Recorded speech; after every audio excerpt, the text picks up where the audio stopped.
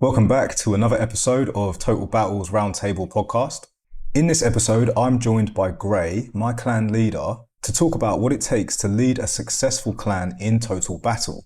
We discuss the challenges of leadership, the difficult decisions some clan leaders sometimes have to make, and some of the lessons that Gray has learned from her experience as a high-tier T9 player. Whether you're a clan leader yourself, an officer or superior looking to support your team, or simply curious about what goes on behind the scenes, I think you'll find plenty of interesting insights in this conversation. So grab a drink and enjoy the conversation. Great. Thank you so much for agreeing to do an episode with me. I really appreciate it. We're going to dive straight into everything about clan leadership. Great. For people who don't know you, how did you get into the game and how did you become a clan leader? I got into the game like most people. I saw an ad and I thought, this is easy. Like I can run over some barrels and do simple addition. Like I can do this. And then of course, when the game changed, I was invited to join a clan. So I joined the number one clan in I sent a request to join the number one clan in the kingdom. And when I got rejected, I just started my own. Oh, okay. No, I honestly had no idea anybody would join my clan. No way. That's crazy. Yeah. I never would have thought that. I'll be honest. I never would have thought that. Yeah, Wow. I've been playing the game for like 20 minutes when I started a clan. That's mental. I did not know that because you're my clan leader and I believe you are a very good leader. I've been in how many clans? 1, 2, 3, 4. So I've been in many different clans and there's so many different leadership styles. I see you as a very good leader. You've been consistent to the end. You never, ever miss a trick. You're just all over it. So you didn't plan to be a clan leader. It just happened. Correct. I started playing. I figured out how to play this weird little game that I just got dumped into. Went to bed, woke up, and I had members. And a couple of my members, that was their second or third accounts. They started helping me like, no, this is what a superior does. This is what an officer is supposed to be. Trying to help guide me a little bit. And I just kept trying to jump ship. I'm like, do you want this place? Like, I didn't mean for any of this to happen. So obviously I had no idea what I was doing. So I started another account and I became superior in a really big clan. They started teaching me more about the game. What is it supposed to be? Then I started another account and I became co-leader in a really big clan. That person was actually a superior in GOD in the God clan. So I got to co-lead right next to somebody who was really big in this game. I considered them internships.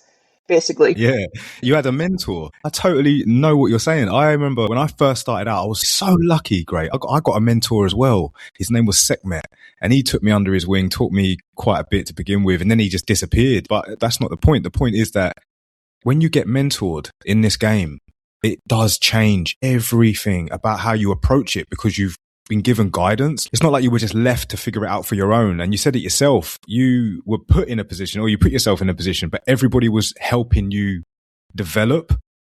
100%. So any advice for someone starting out that thinks, am I good enough to start a clan? Should I get straight into it or should I wait a year or two? Because you did it from the jump. And I would not recommend that. Just not from the jump. So from my own personal experience, here I am, I'm trying to learn how to play the game and learn how to be a clan leader. And being a clan leader is a huge responsibility. You have how many players you even get as a baby clan? Is it 60? But those members are your responsibility. It is up to you whether or not they have the opportunity to grow. And I took that responsibility seriously. So I was learning how to lead a clan before I ever learned how to be a player. It wasn't until an SK that I went all in and finally developed an account that I could take the clan to the next level because I had destroyed my first account and it was not salvageable. It's still not salvageable. It's a CP city. I mean, and I was in a very fortunate arena that I had old players that were part of my clan that had been there for a while and they took over mentorship of the players in the clan so that I could figure out how to run the thing. I've been leading a clan for a year before I finally figured out how to play the game as a player. And people would ask, like, oh, what do you think I should do with this? I'm like, that is not my department. And I would refer people. If you actually were asking me a basic question about gameplay, like you have to go to someone else because I'm just drowning in leadership here.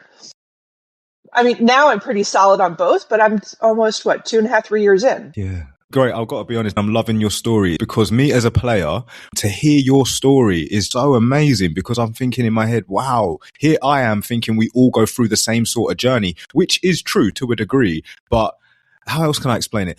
Like a metaphor, we're not all in the same boat. We're just all in the same storm. Does that help? So when you're saying I learned how to be a clan leader before I learned to be a player, wow, because you've basically described how a clan leader's role isn't so much to be a player. Let's say, for example, you have strong members of your clan who are all in gameplay wise. They just absolutely beast it out, but they don't have to worry about, like you said before, the responsibility of the other 99 players in your clan. It just blows my mind. But like I said, you're built for it. Definitely. I've been in a few clans and I have to say, I think you're a great leader, a great clan leader. I think it's because of your journey, seriously. So what does a clan leader actually do day to day? What are your thoughts? How do you operate? Most people wake up in the morning and they read the news, they read part of their book, they go for a walk. I wake up in the morning and I catch up on chats. That is number one. What is happening in the TV world? Even if it's some dumb Merc exchange, what are people saying? Because that's part of the community, right? It's like, that is where people post in between exchanges. You catch a lot of good gossip from Merc exchange chats, reading over various clan chats, kingdom chats, just trying to keep on top of everything. That's how my everyday starts, making sure their clan bonuses are set. If I have a position in the palace, making sure that kingdom bonuses are set. And then, like right now, we're coming into omens. So what is our omen strategy going to be? What did we do last time that I need to fix, change, look at? Who didn't participate enough? Why didn't they participate enough? Are they having a bad day? Or are they just kind of burning out on the game? So reaching out to people that maybe didn't do enough, just like kind of giving them some motivation, seeing where they are in the world. Coming into omens, overall, I'm analyzing our last strategy, which, by the way, we nailed it. Yeah, we smashed it. But is there a way we can make it better? Quite frankly, I don't know that there is. So those kinds of things coming into ancients every single time. Again, who didn't participate? Why aren't they participating? Why are they falling behind? How can we motivate them to keep them going? How many people are building a vault? How can that balance out to the different point distribution system? Because if I know I'm trying to get 70% bonus in my book, 4 goldies, 410 man, and I need 30 minutes on my clock. Who's building a vault? Who's not building a vault? How do I make sure the point distributions are set? How many goldies can we kill this time going in? And you see now, when you're saying this, you can totally appreciate why you don't actually have time to be a player. Because when you wake up in the morning, like you said, you're doing all of the admin, the management, the planning, the strategy, the checking in on people. I mean, most players, me included, I just log in and I'm checking on my account. Where am I at? What do I need to do to keep myself growing as a player so I can contribute to the rest of the clan the best way I can? I'm not overthinking much. I'm waiting for the leadership call. What time do I need to be here or there? Or when are we running this CP run? Or when are we doing this strategy on the omens? Or, you know what I mean? I'm literally waiting for the leadership. My job as a player is to make sure that I'm accountable, I'm reliable, and I'm just there. Okay, so what's the hardest part that nobody sees as a clan leader? Probably the organization of everything. I do admit that my clan is set up differently than most clans, but yeah, just keeping everything going. And you're always going to have somebody who's complaining, whining that I'm not doing something good enough. We don't have enough CP runs. We don't have enough gold coming in. You can't make everyone happy, but trying to juggle all the balls, like, okay, we haven't had a CP run in a week. I need to get this sorted. The hardest part, honestly, just keeping the balance, keeping it moving, and keeping all of the balls in the air and trying really hard not to let them fall. Wow. You know, Gray, hearing you speak is very insightful. Obviously, you have superiors and officers as well. But ultimately, how you're speaking, I'm pretty confident in saying, I bet there's so many clan leaders that can resonate with what you're saying. But hopefully this also gives players insight as to what it is you actually do. Because let's get it right. Most people think that they could do what somebody else does. They do. But it's a very naive confidence because the truth is what you already highlighted is, can you do it consistently? Can you keep the ball rolling? Can you keep the plate spinning? You said you've been a clan leader for what, 3 years? Something like that? 2.5, yeah, something like that. 2.5 years. Most people couldn't even last 2.5 months. Yeah, being a clan leader, truthfully, is a sacrifice of your accounts because the clan does come first. So a lot of clan leaders, we do help each other. Like I'll give someone CP for free if they're another clan leader. I am a T9 player. I'll give somebody CP for free because I know that they can't do it and they probably can't afford it because they're doing everything they can to keep their own balls rolling. So we try to help each other. And remember, the clan leader builds everything, don't they? From their own accounts, resources, clan buildings to get the ball rolling. That all gets built from your account, doesn't it? Normally, especially if the clan is starting out, because I have helped many clans start out, that is a group effort. Do they send you caravans? Transfer the resources that way? Oh, okay. Yeah. So if it's a baby clan starting out and everybody is a baby, you're pooling your resources. Everybody's trying to pitch in and do the best that they can. And it becomes a group like, we only need 20 more million and we can build our capital. And everybody's like, yeah. Right. And everybody's sending their resources. Now, if I were to ever take one of my accounts now, even one of my little G1 accounts, if I were to take any one of those accounts, I could start, 12 clans over because it's loaded with resources.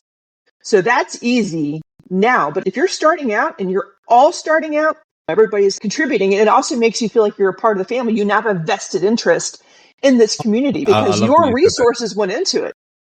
Okay, I've got a lot to ask in one question, but it's quite a lot to cover. I'll try to unpack it. Because you just said then when you start out as a family. So this is something, when I was talking to that elite player and he was saying there is a big difference. You have to make or draw the line when you decide, are we a family clan or are we a competitive clan? Which one are we?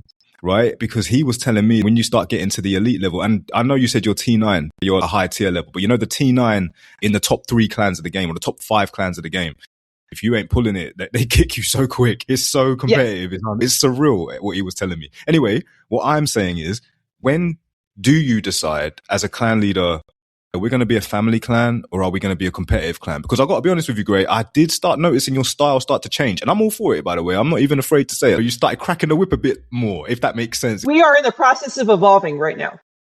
Yes. I am trying so hard to keep the balance of being both. Most of our family, we've been playing together since the very beginning. Most of the clan that encompasses the core of our clan, we have been together since the beginning, and that's not going to change. We want to continue playing together, but as we're growing, we have to eat. And I can't eat in a 300 million wealth clan. It's not possible. So in order to keep the family being able to be fed, and this is an interesting thing, when you start off as a family clan, you all start off at the same level. You're all G1. You're all growing up to G2, G3. The first player gets a dragon and everybody's super excited and you have naming competitions because you've gotten a dragon too and it's really cool. And like, who's the first one to G? Oh my gosh, you had griffins. Like everybody gets super excited. But as you are growing together, everyone grows at a different pace. As the time goes on, the gaps in that pace become substantial. Yes. So even though I'm a clan leader and I'm juggling all the balls, I'm also a strong player. Now that I've figured out how. Now I'm a T9 player in a clan that still has G6, and it's not feasible. Those G6, they can't crypt at my level, so which means they're not feeding me very well. They can't help me take down ancient. So I need the G6 to grow. And if you are part of my family, then you will want to grow to help feed the rest of us. As a strong player, I can bring in the chests. I can bring down Goldie. I'm not by myself, right? But I can provide the food that you need to grow. If you choose not to take advantage of the chests that are coming in to grow yourself, then how much of my family are you really? That's the question. That's a perfect segue into another question, which is, how do you handle inactive or underperforming members? So once upon a time, we were struggling and have enough members to fill my clan. But as you grow, so to kind of carry on with the previous segment and then segue in, I don't ever want to be an elite clan. I don't want it. We're at a 3 billion wealth right now. It's a great place to be. Most of the players can get fed and still maintain a family atmosphere. That is a comfortable place for me. But we do need to pull the players up. And this is to answer the present question. We had a huge purge. I had to. I know how much resources are coming in and you are choosing not to participate, which means that you are choosing not to commit to being with us. You can blame the fact that I'm a woman. I don't care.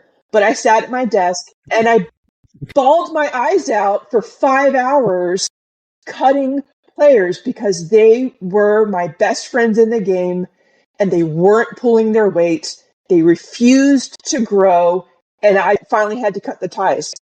I can't keep dragging dead weight because I love you. I bawled my eyes out for 5 hours. It was the hardest thing, one of the hardest things I've ever done, especially in the game, but it had to be done. That was how I handled that. Mostly we have 100 out of 100 strong players. Everybody goes on vacation. Everybody has a crap day. Everybody has a loved one who has gotten sick. People need grace.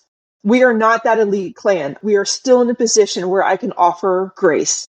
I do not want to lose that myself. But offering grace is a whole lot different from you haven't done shit in 3 months. Right. You've got the patience for 3 months. We're not looking to be in those. I call them elite because they are. You'll see it, Gray, when the episode comes out. Oh, no, those are all my friends. Their norms are out of control. People are whining to me about hitting a 5 million norm on Ancients, and I'm like, are you serious? You have no idea. I was going to say that as well. Hitting certain criteria, it's very, in my opinion, good to actually have those in place. What I'm saying is, you went through one of the hardest things that most leaders do. Heavy is the head that wears the crown. If you are serious about this game, there is going to be some very emotional things you got to do. And it's so crazy because for most people, they think, but it's just a game. And it's like, no, it's more than that. When you've been so much more than that. Right. Trying to tell people this ain't just a game. You don't know it because you don't play it, but this is more than that. Have you ever had to deal with internal conflict? And if you have, how have you handled it? Between players and my leadership team. Sorry, in the clan. I was trying to verify if you're referring only within my leadership team or just within the clan itself. Remember, I tell them to get over themselves because that's super easy. For the most part, whatever it is, it was miscommunication. You talk about it. 9 times out of 10, it was a translation issue. So you figure it out and you just tell them to move on. This happened all the time. And you're like, grow up. We're adults. Get over yourself and move on. It's an emotional game. Like we just said, people get emotional. But I hear you. Well, if you're bringing it to me, that's the response you're going to get from me. Because I don't have time to deal with whatever your petty thing is. If it's a big thing, that's a different story. But most of the time, it's just like, he called me a name. It's like, get over it. Within leadership, that can be very difficult. They have kept me in check to make sure that we are not losing our family. And I don't want to lose that, but we do need to grow. So that has come up a lot. Recently, that has been coming up a lot. Well, I'm very grateful that you put the norms out there. I'll be honest. When you set the bar, when you say if you're this level player, I expect you to reach this amount of points. For example, on the Ancients, having those as a player, when I log in and seeing that my clan leader saying we need to hit this and this, it gives me goals. It sets my targets. It lets me know that this is if I'm performing or underperforming. And I have to trust your leadership. If you're telling me if I'm not reaching these goals, I'm underperforming, I won't know any different. So yeah, I think it's a good thing. It is a good thing. A lot don't. And that was always a thing I kind of struggled with. I need players to do more, but if I don't tell them what I need, then how do they know what to do? And when I started setting norms, I cannot tell you the messages I got from people. I don't care. And it's like, you don't have to. That's fine. But just understand that if you don't meet them, there will be consequences. That's it. Everything that you said, it gets to a point when it can't be just family clan now. We've reached a certain stage. The game requires you to change. This is my advice for new players. When you first start out, you are going to be swept, overwhelmed, but hopefully the videos help. At every different stage, there is a different mindset required. There is a different approach to the game required. And it's whether you like it or not, you have to eat. Your account requires the feed. It needs the income of resources to sustain. Just want to take a quick break. Before we get back into the conversation, A quick thank you to everybody that's joined the Total Battles Tutorials Discord server. It's quickly becoming a great place for players of all levels to ask questions, share ideas, discuss game updates, and learn from one another. If you'd like to be part of those conversations, you'll find a link in the description. Now, let's get back to the episode.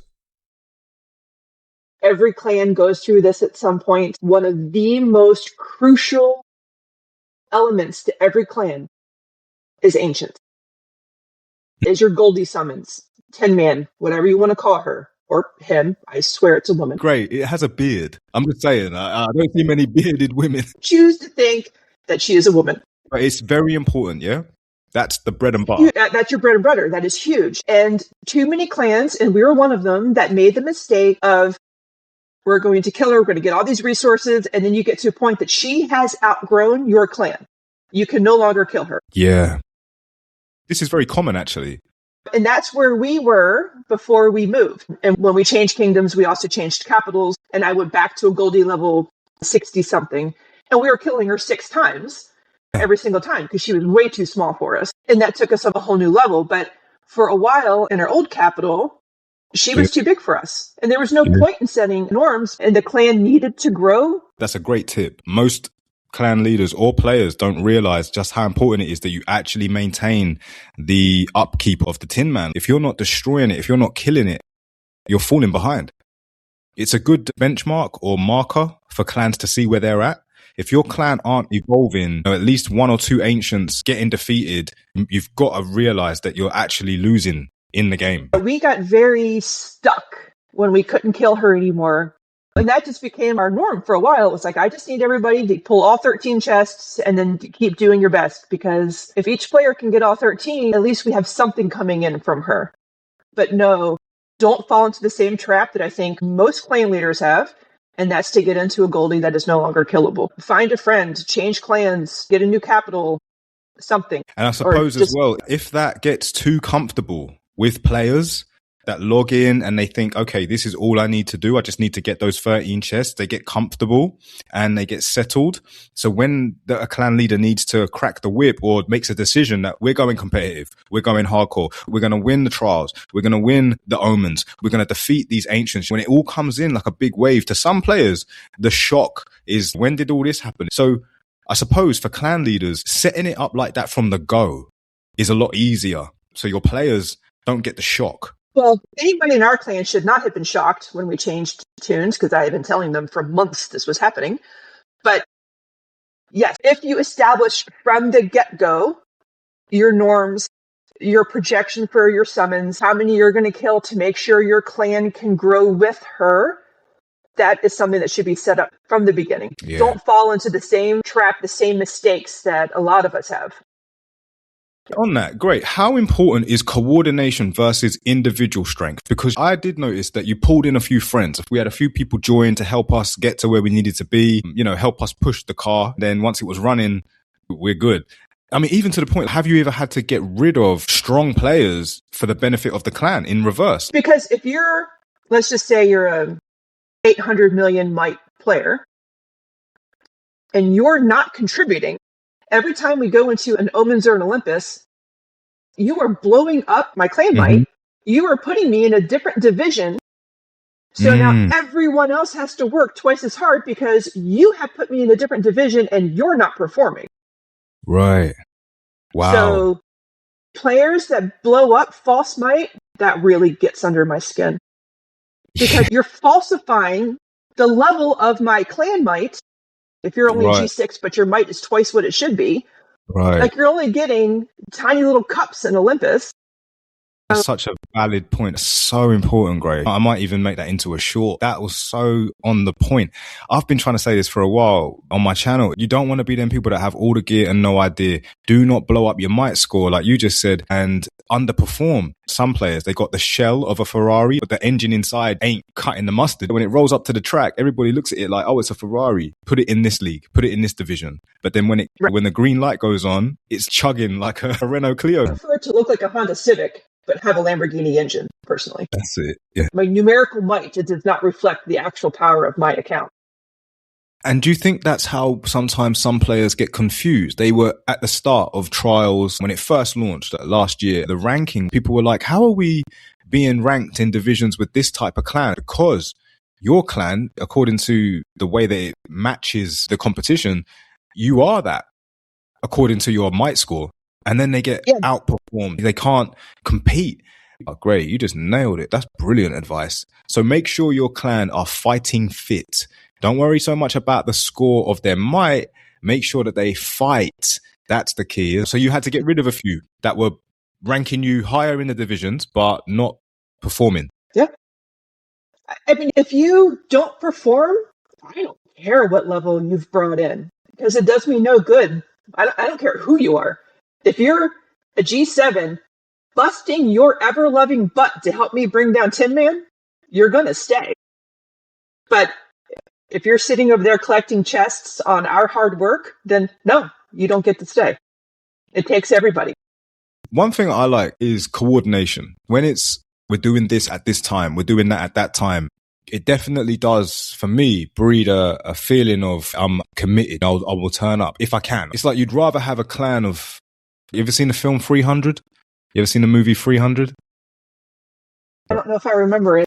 The Spartan, when he arrives and he's like, you brought so few. And he's like, I brought more warriors than you. Do you know what I mean? Yeah, 100%. Yeah. Okay, so great. If someone wants to start or lead a clan, what's the first thing that they need to understand? It's a lot of work, a lot of sacrifice. And if you are terrible at math like I am, establish your math team because you're going to need it. And what mistakes should they avoid early on? Letting Tin Man grow too quickly. Mm-hmm. And this is another one that we're going through to avoid early on, is letting people come in with multiple accounts. That's a huge one that we're going to be having to face shortly. 1 or 2 accounts is fine. If you get to elite clans, it's mains only. But past that, like, don't let a player come in with 4 accounts, because you can only play 1 at a time to help you bring down Tin Man. If somebody goes on vacation, that's not 1 account that's missing, it's 4. Ooh, so yeah. Because I fell into that same pitfall. This is when we were a baby clan. How many accounts do you have? Cool, that'll fill up my roster. But now I have a waiting list. I mean, heaven forbid 2 people with 2 accounts go on vacation, then you have a chunk of your clan missing and you're going into a tournament, or you're trying to take down Goldie and you can't play on 2 accounts at once. Rather than having 100 players show up to help me take down Goldie, I'm only 60 are showing up, because that's how many people are actually in the clan, not 100. Because some new clan leaders, all they want is the numbers. They think more numbers in the clan, more players in the clan, but you have to make sure that they are actually players, not just multiple accounts, because you're literally highlighting such a great bit of advice right there. That's so important. Well, that was a pitfall that I fell into, because my account, Gray, it is the only one that I play. I play with 1, which is why I became T9, because I wasn't having my time divided. When I play SK, and I know not everybody does, but when I play SK and I send the rewards home, I'm only sending them home to 1. Yeah. So my 1 account was able to strengthen and grow. And that has become my main advice. And I have people in my clan with 2 accounts. Anybody with more than 2, I've been telling them, you've got to stop. Okay. Now, from your own experience, how can you compare yourself to how you began to what you know now? The other thing to know is every single G level, every single time, it is going to be hard. It's meant to be hard. You have to push. You get to the next G level, it's going to suck. You're going to be at the bottom. It's not going to be nearly as efficient as it was when you were the level below, but you'll grow. By the way, in my personal opinion, we open G and M together. We used to say open M first, monsters first. Yeah. Omen does not differentiate between guardsman levels and monster levels when you're going in. So you will be in the next division in Omens, whether you are guardsmen or monsters, where most tournaments are based on your guardsmen. Omens doesn't differentiate. Because of Omens, I no longer recommend monsters first. I now recommend opening guardsmen and monsters together. And then we need to get your S levels up, because everybody should have a balanced account. So your G6, your T6, and you're pushing, you get up, you get most of your G7 ready to unlock. In my opinion, push, get your M levels ready to unlock them all together. It's going to be hard. You're going to be on the struggle bus. It's not going to be cost efficient. Keep pushing. you will become a strong T7, and then you're going to be a beast T7. And it's going to be super easy, 3-4 hits, and you're going to clear out a rewards tree. Mm-hmm. But don't stop. You have to keep pushing. You're going to get to G8, M8. Again, you're going to be at the bottom of that structure, and it's going to suck again. And you're going to keep growing, and you're going to keep pushing, and you're going to open up. By the way, opening S8 is game changer. When you get to G8, M8, it is a struggle bus for sure until you can open up those S8s. By the time you get to open S8, you need to be doing small CP runs, either one-on-one or in small group, 3v1 or 5v1. Yeah. Of every level, there's a devil. Every single time. Yeah. Don't stay at G6 because it's easy. Yes, it's going to suck, but you're going to get over it, and you're going to become a beast of your next level. And then you're going to be a baby at the one above it. And then you're going to become a beast of that one in no time if you just keep pushing. I am currently a baby T9, and I'm at the level that it sucks. And I am doing everything I can because it is not cost effective to be a baby T9. It's very expensive. Even though you're a baby T9, to every level below, we aspire to be that. You know, it's funny, I get a few DMs every now and then, and, you know, players are asking me just to review their progress. And I'm saying to them, you're smashing it. You're smashing it. Comparison is the thief of joy. Whatever you do, just do not think you're not doing enough. Get into G5. I truly believe in this game, it's a really big accomplishment. If you can get to G5 as a new player and you make it to G5, you've made it. You've actually made it. Everything we're talking about now is what happens when players have been in it for years, leveling up. And now we're talking about clan leadership. So much more. You're already good enough. You just got to believe you are. Take this advice from Gray today, tonight. I tell you, this is gold, Gray. I tell you, gold. And Gray, I just really want to say thank you for sharing such a well-rounded experience of a clan leader. It means a lot. Seriously. You're welcome. I actually don't have any more questions for you. I feel like you've covered okay, wait, but to end it, one word to describe your leadership style. I got nothing. Okay, wait, 2 words. I am not heavy-handed. I just try to be inspirational. I tried to bring everyone with me. I don't know what to call that. It's leadership. But what kind? The question was what kind? I don't know what kind. Okay, what is the best moment for you as a leader? It used to be when we were much smaller. Truthfully, it used to be when my players passed me. Yes, I was jealous, but at the same time, it was like, if you guys are passing me, I am doing something right. I have created a clan that everyone else can flourish in. Now, in this clan, roles have changed. I'm now one of the top players, or biggest players, I should say. We only have a handful of other T9s. Rather than pushing from behind, I'm now trying to pull everyone up. Yeah. So that used to be my best moment. So what is my best moments now? It's when somebody logs into our troop registry and they're like, hey, I nailed it. I got that G7 that you were talking about. I am now a beast T8 and I cleared the entire rewards tree in 3 hits, just like you said would happen. Those are now, watching other people's progress are still my best moments. Yeah, definitely. I can see that when we've got our clan chats and we're putting stuff in there, and it's inspiring too. I want to do that. I want to reach that level. And here's the best part. It's doable. You shouldn't feel like this is impossible. If you've got a good clan leader, if you've got good superiors, good organization, you're part of a good clan, it's doable. And hopefully this episode has given a lot of insight into how great clan leaders should be running their clan. And that's not to say everybody is in the same boat. We've established that, but we are in the same storm. And there are some principles that this game will just enforce you to have to embody. No matter what kind of player you are, there's a clan out there for you. If you just want to log in and you just like crypting at night, there's a clan for you that does that. But if you're not, if you're that player that you want to be in the elite clan, you push and you just keep going through the clans as you grow. But no matter what kind of player you are, no matter how you choose to play the game, the correct clan is out there for you. See, that's what I'm saying. Words of a true leader. That was just it, right? That was it. That was it. Gray, you got it. That was beautiful. A huge thank you to Gray for taking the time to join me for the conversation, to share her experiences about being a clan leader. If you enjoyed this episode, I'd love to hear your thoughts on this conversation in the comments. Quick question, what qualities do you think make a great clan leader? And what lessons have you learned in your own experience in Total Battle? If you'd like to see more conversations like this, remember to subscribe. And if you want to continue the discussion, come and join us on the Discord. Thanks for watching. And as always, I look forward to seeing you on the next one.